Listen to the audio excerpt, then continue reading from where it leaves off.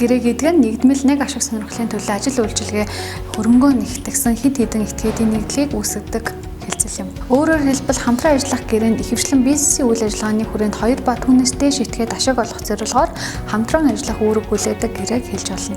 Хамтран ажиллах гэрээтэй холбоотой эрх зүйн харилцааг иргэний хуулийн 476 дугаар зүйлийн 476-ын 1 хэсэг зааснаар тодорхойлж зохицуулна. Уг гэрээний үндсэн шинж нь 2 ба түүнээс дээш этгээд байгуулна, ашиг олох болон бусад тодорхой зорилготой талууд хамтран ажиллах үүрэгтэй байдгаараа онцлогтой.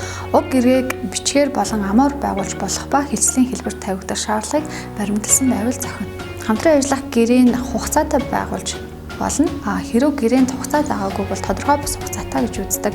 Хамтран ажиллах гэрээнд талуудын нэр, хаяг, хамтын үйл ажиллагааны төрөл, зорилго, хугацаа, талуудын эрх үүрэг, удирдлагын бүтэц, ашиг алдагдлыг хуваарлах, гэрээнээс гарах, гэрээг дуусгуур болгох үндэслэл, дундын эд хөрөнгийг хуваарлах журам зэргийг заавал тусгана. Үүгээрээ ойролцоо гэрээний төрлөөс ялгагддаг.